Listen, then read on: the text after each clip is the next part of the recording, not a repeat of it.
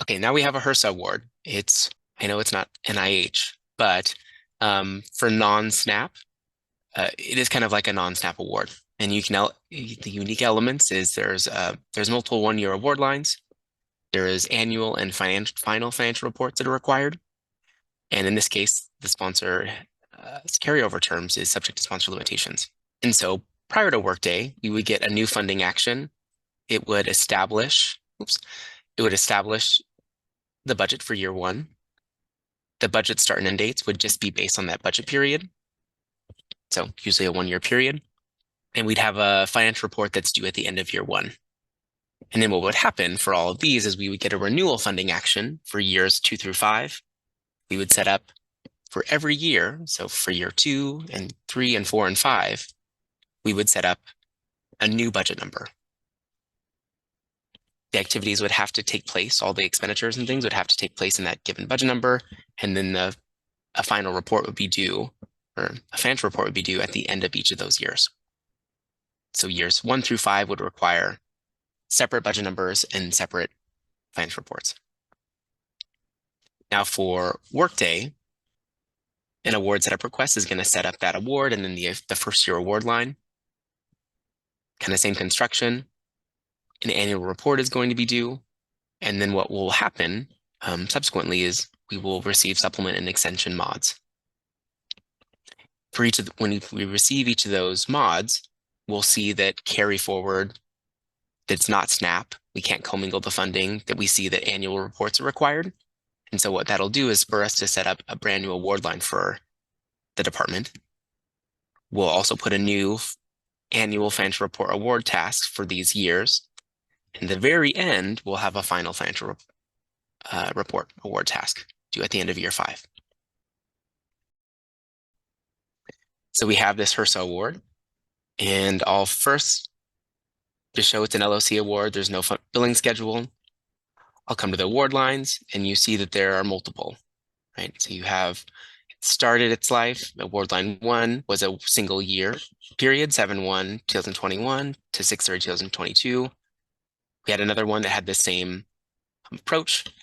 And then you have a renewal award line. Also had a similar time period of that one above. And then we have this most recent one that we have created. It has an idea of 6/30/2024. And in the award tasks, you'll see that there are not just one, because it's not a SNAP award. Instead, there are 3. In kind of the approach, again, we see the start and end date of the award task. It's related to line 1. You see this award line reference here. And so when I come back, you see that for our financial report, we will need to include all of the award lines that have start and end dates within that first year, 7/1/2021 to 6/30/2022. And that includes award lines 1 and award lines 2. And that same construction, right, is going to be happening for line 3. So this is the second one coming due at the end of September. And so the reporting team is going to essentially use these 2 award lines and the expenditures related to construct that financial report for year 2 that's due to HRSA. And then the final award task here, it's yet to be completed. It won't be done until next year, but that has a reference of line 5.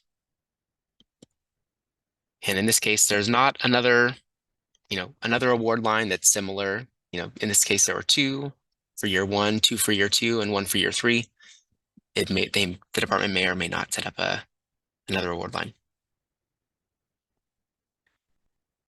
Now from here, I wanted to show you, if you come to award lines and come to the 3rd tab, you can find the award line special conditions and additional data, view all. And again, you see a couple differences. You see carryover as subject to sponsor limitations, and then you see expanded authority.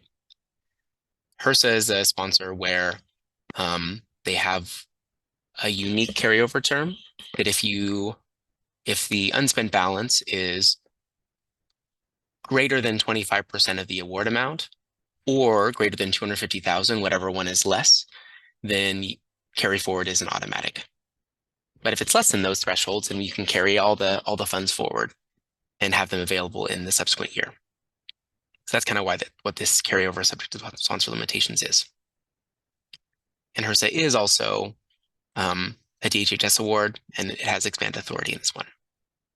What you don't see is a SNAP designation, because this isn't a SNAP award, it's not NIH. And so because the absence of that SNAP designation, as well as the fact that we have these annual report tasks, that's why we have these various award lines that are needed, that need to be created for each of these discrete budget periods. I'll go one kind of similar to what I was talking about before.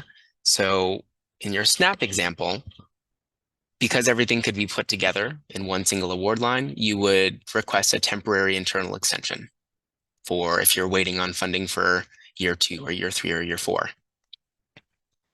For this particular award, this HRSA award, because we need to submit an annual financial report each year, what you'll actually be requesting if, for example, funding never came in, is delayed for this period and you want to set some of the costing allocations or get started on the research on the expenditure side, you would request an advance award line through that ADV process within Sage.